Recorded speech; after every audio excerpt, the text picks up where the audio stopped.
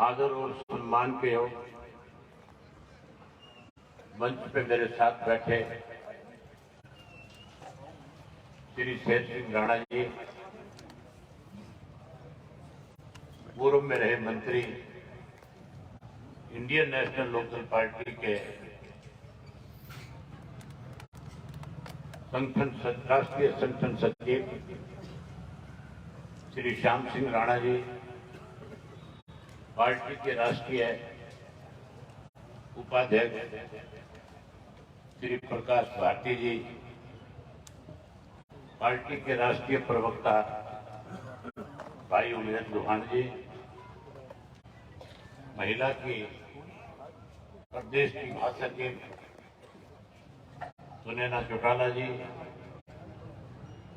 मंच पे मेरे साथ बैठे हुए पार्टी के राष्ट्रीय, जिला, प्रदेश और हल्का स्तर के सभी नेतागण, बहुत ही मान और सम्मान के योग जिला के अध्यक्ष वीरेंद्र कौशिक जी, भाई दिनेश शेखावत मल्ली जी,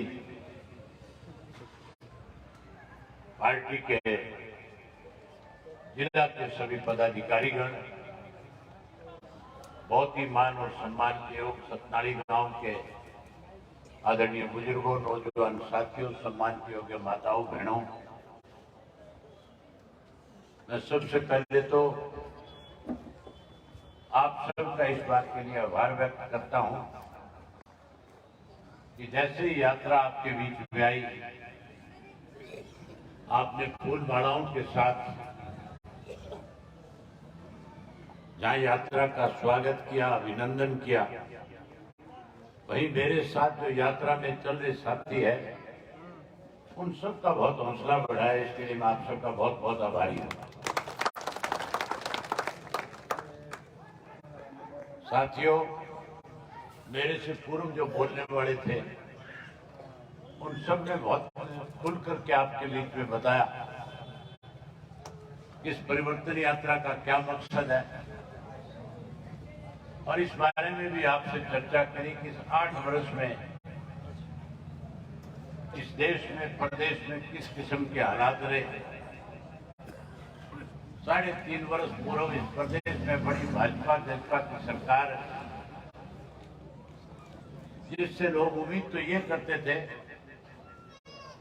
कि नई बनी हुई सरकार में प्रदेश का विकास होगा, बुढ़ापा पेंशन बढ़ेगी, पढ़े लिखे नौजवान को रोजगार और नौकरी मिलेगी, किसान को उसकी फसल के अच्छे दाम मिलेंगे,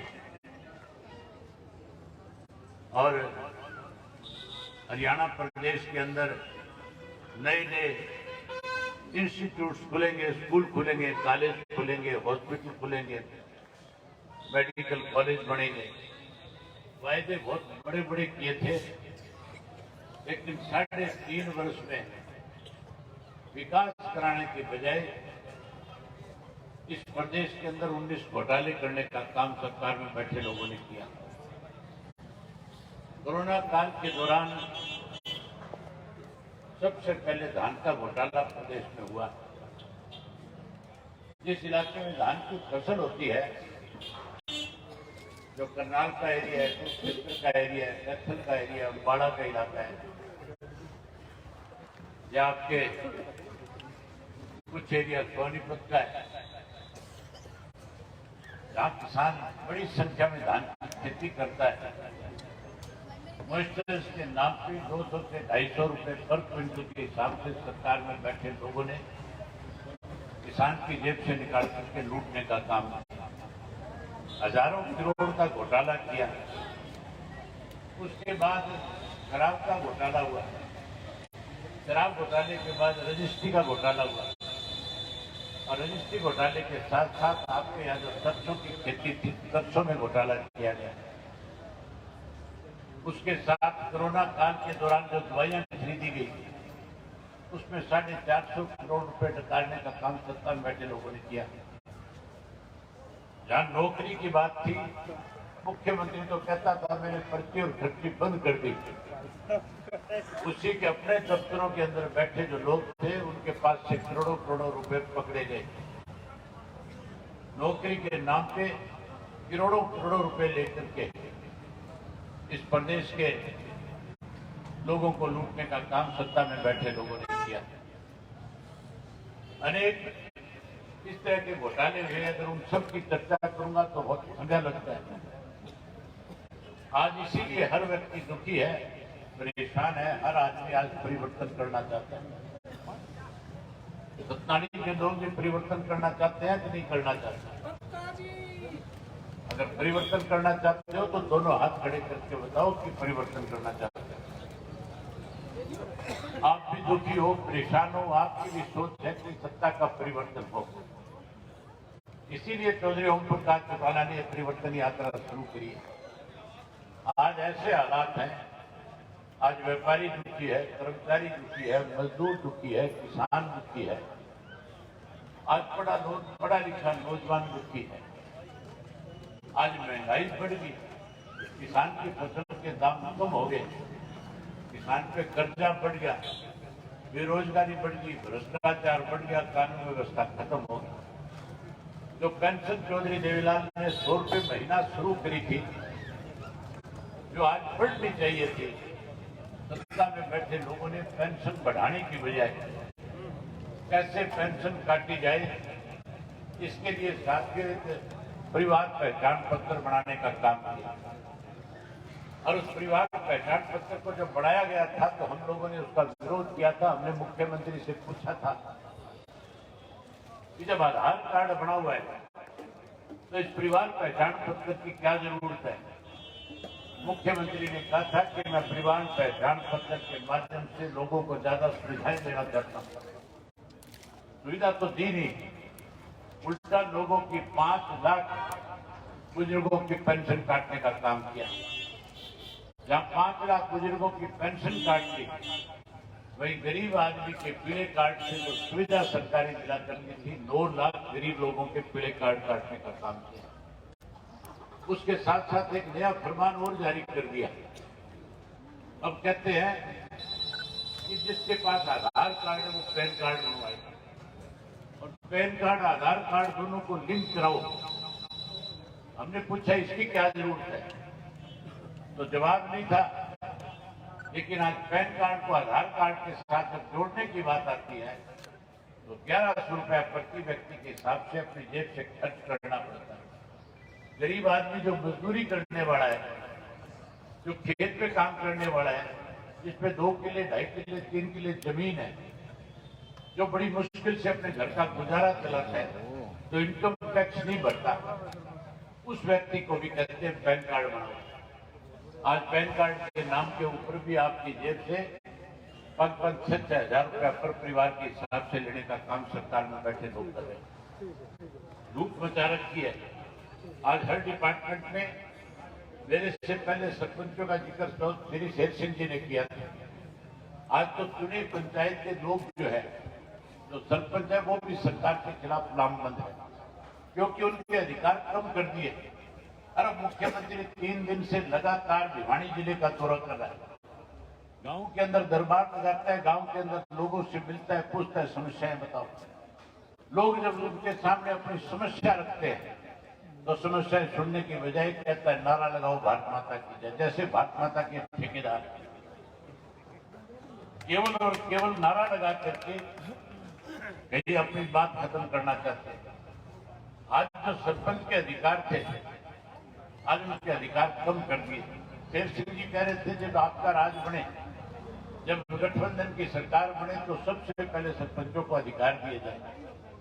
अब तो पहले दिन से, जिस दिन से पंचायतें चुनी गई थी और जिस दिन सरकार की तरफ से ई टेंडरिंग के नाम पे सरपंचों को अपमानित करने की बात हुई, इंडियन नेशनल लोकल पार्टी एक ऐसी पार्टी थी जिसने इसका डट डट के विरोध किया था। मैंने तो सरपंचों को न केवल समर्थन दिया था, बल्कि जब सरपंच पंचकुला के अंदर हजारों की संख्या में इकट्ठे होकर के सरकार के सामने अपना पक्ष रखने गए थे, तो पार्टी की तरफ से अर्जुन को भेज करके जहां उनका समर्थन किया, वहां धरने में उनके साथ बैठाने का काम किया। साथियों, जहां परिवर्तन करना चाहते हो वहां आपसे एक बात पूछना चाहते हैं। आने वाले समय में जब आप परिवर्तन करोगे, आज जो बात मैं आपके बीच में कह करके जाऊंगा, क्या आप हमारी बात पे विश्वास और भरोसा करोगे? विश्वास और भरोसा करोगे? आज ये सरकार पेंशन काट रही है, आप हमारे ऊपर इसलिए भरोसा कर रहे हो कि चौधरी देवीलाल जी ने जो कोई बात आपके सामने कही, जो वायदा हरियाणा के लोगों के साथ किया, उस वायदे को चौधरी देवीलाल ने जब भी सत्ता में आए पहली कलम से पूरा करने का काम किया। जब 100 रुपया पेंशन की बात चौधरी देवीलाल ने कही थी, 10,000 के कर्जे माफ करने की बात कह रहे थे, 5100 रुपये गरीब की बेटी को कन्यादान के रूप में मिले, जब ये बात लोगों के बीच में कह रहे थे, तो चौधरी बंसीलाल प्रदेश के मुख्यमंत्री होते थे। चौधरी बंसीलाल ने कहा था कि सरकारी खजाने से इस तरह से कोई पैसा नहीं दिया जा सकता, लेकिन चौधरी देवीलाल ने कहा कि मैं कानून बनाने जाऊंगा, और जैसे ही आपने उनको सत्ता सौंपी, उन्होंने कानून बना करके तीनों के तीनों किए हुए वायदे पूरे करके 100 रुपया पेंशन शुरू करी, 10,000 के कर्जे माफ किए और 5100 रुपये गरीब की बेटी को कन्यादान के रूप में देने का काम किया। आज जब चौधरी ओम प्रकाश चौटाला ने परिवर्तन यात्रा शुरू करी, उन्होंने कहा था कि मेरी तरफ से लोगों को जाकर के विश्वास दिलाना कि जब प्रदेश में परिवर्तन करोगे 2024 में और चौधरी देवीलाल की नीतियों को आगे बढ़ा करके चौधरी देवीलाल की नीतियों की सरकार प्रदेश में बनाने का काम करोगे, जैसे ही सरकार बनाओगे, हम आज जो आपसे वायदे कर रहे हैं उन वायदों को पूरा करने का काम करेंगे। हजारों को लोगों के बीच में चौधरी ओम प्रकाश चौटाला जी ने कहा था कि जो पेंशन चौधरी देवीलाल जी ने 100 रुपये शुरू की थी, आज ये सरकार उस पेंशन को खत्म करने जा रही है। हम नए सिरे से सरकार बनने के बाद जिन लोगों की पेंशन कट गई, उनको ब्याज के समेत पैसा दे करके उनको पेंशन का पैसा देने का काम करेंगे। जहां उनको ब्याज से पैसा लौटाएंगे, वही उसके साथ साथ 2 रुपये वाली पेंशन को 7500 रुपये करके बड़े बुजुर्गों का मान सम्मान करेंगे। वही उसके साथ साथ उन्होंने कहा था कि हमारी सरकार बनने के बाद आज जो पढ़ा लिखा नौजवान कहीं अपने आप को कहीं ऐसा महसूस कर रहा है, जो अपने आप को ठगा हुआ महसूस कर रहा है, उसको चिंता करने की जरूरत नहीं है। सरकार बनने के बाद हम हर घर से पढ़े लिखे नौजवान बेटे और बेटी को रोजगार और नौकरी देने का काम करेंगे। जहां नौकरी देंगे, कोई लड़की अगर नौकरी से वंचित रह गए, तो हम उसको 21,000 रुपया बेरोजगारी भत्ता देकर के उसका मान सम्मान बढ़ाने का काम करेंगे। वही उसके साथ के साथ आजकल जो सबसे ज्यादा दिक्कत है, आज महंगाई बढ़ी हुई है। आज गैस का सिलेंडर जो 400 रुपये का होता था, आज उसकी कीमत 1200 रुपये हो चुकी है। आज किसान के खेत में होने वाली फसल के दाम कम हो गए, उसके खेत में बीज और जो आपकी खाद लाई जाती है उसके दाम बढ़ा दिए, कीड़े मार दवाइयों के दाम बढ़ा दिए, पेट्रोल और डीजल के दाम बढ़ा दिए। आज जब गैस के सिलेंडर के दाम बढ़े, तो सबसे ज्यादा चिंतित हमारी ये माताएं बहनें हुई। इनके सामने सबसे बड़ी दिक्कत आई, क्योंकि गैस का सिलेंडर मोदी जी ने तो कहा था मुफ्त में दूंगा, लेकिन मुफ्त में देने की बजाय सिलेंडर की कीमत बढ़ा करके इनकी रसोई पर ताला लगाने का काम किया। पहले घर घर में गैस के चूल्हे रखवा दिए, अब गैस का सिलेंडर महंगा करके इनके सामने कठिनाई खड़ी कर दी। आपको चिंता करने की जरूरत नहीं है, आप परिवर्तन लाने में सबसे ज्यादा बड़ी भूमिका निभा सकती हो। जैसे ही प्रदेश में आप परिवर्तन लाओगी, चौधरी देवीलाल की नीतियों की सरकार बनाओगी, हम आपसे वायदा करते हैं कि हम आपके घर के अंदर एक गैस का सिलेंडर हर महीने मुफ्त देने का काम करेंगे। जहां आपको एक गैस का सिलेंडर मुफ्त में देंगे, वहीं 1100 रुपये उसके साथ आपको आपकी रसोई बढ़िया चले, इसके लिए हर गृहिणी के खाते में 1100 रुपया सरकार की तरफ से हर महीने आएगा। साथियों, परिवर्तन करने के लिए कोई लंबी लड़ाई लड़ने की जरूरत नहीं, कोई लंबा संघर्ष करने की जरूरत नहीं, कोई आंदोलन करने की जरूरत नहीं। केवल और केवल आपको एक काम करना होगा। जब आप सुबह सवेरे उठते हो, हमारी एक परंपरा है, हमें अपने बड़ों से संस्कार मिले हैं। हम जब उठ करके सुबह सवेरे बाहर निकलते हैं, कोई हमारे से बड़ी उम्र का हमें मिलता है, हम उसको राम राम करके मान सम्मान देने का काम करते हैं। घर परिवार के हर सदस्य को जो बड़ा है उसके पैर चिपका के उससे आशीर्वाद देने का काम करते हैं। आप भी करते होंगे सारे, आप करते हो कि नहीं करते हो राम राम सबको? आप भी सबको राम राम करते हो। जब राम राम करो तो उसके साथ मेरे कहने से एक बात कहनी शुरू कर देना। जब भी एक दूसरे से मिलो राम राम करो तो कहना परिवर्तन करो। और जो कोई अपने आप को सरकार का ज्यादा करीबी समझता हो, जो ये कहता हो कि सरकार मेरी जेब में है, वो जब आपको मिले तो उसको 3 बार कहना परिवर्तन करो, परिवर्तन करो, परिवर्तन करो। और जब गांव के लोगों को 20, 30, 50 लोगों को दिन में, क्योंकि जो इस किस्म के लोग होते हैं जो कहते हैं हमारे सरकार जेब में है, वो घर में कम रहते हैं, लोगों के बीच में चौधर ज्यादा करने का काम करते हैं। जब भी आपको मिले उसको 3 बार ये बात जरूर कहते। जब 3 बार एक आदमी 3 बार कहेगा, दिन में 20-30 लोगों को मिलेगा तो 50-100 बार उसके कान में ये बात जाएगी। और जब 50-100 बार उसके कान में ये बात जाएगी परिवर्तन करो, तो वो घर जाकर के अपनी घरवाली को ये नहीं कहेगा चाय बनाओ, फिर वो भी कहेगा परिवर्तन करो, परिवर्तन करो, परिवर्तन करो। परिवर्तन हो जाएगा कि नहीं हो जाएगा? मन बहुत था कि आपके साथ और बहुत सारी बातें करके जाऊं, लेकिन मजबूरी है। ये माताएं बहनें घर की रसोई का काम छोड़ करके आई है, इन्होंने भी जाकर के घर में खाना बनाना है, और घर का खाना बनाने के साथ साथ और भी घर के जरूरी काम इन्होंने करने हैं। इसलिए आपका ज्यादा समय नहीं लेकर के आपसे केवल फिर आग्रह करता हूं कि हर रोज आज से फैसला करके जाओ कि जैसे हम जाए आज के बाद अपने बड़े बुजुर्गों को मिलेंगे, हर हालत में कहेंगे परिवर्तन करो, परिवर्तन करो, परिवर्तन करो। क्या कहोगे? बहुत धन्यवाद।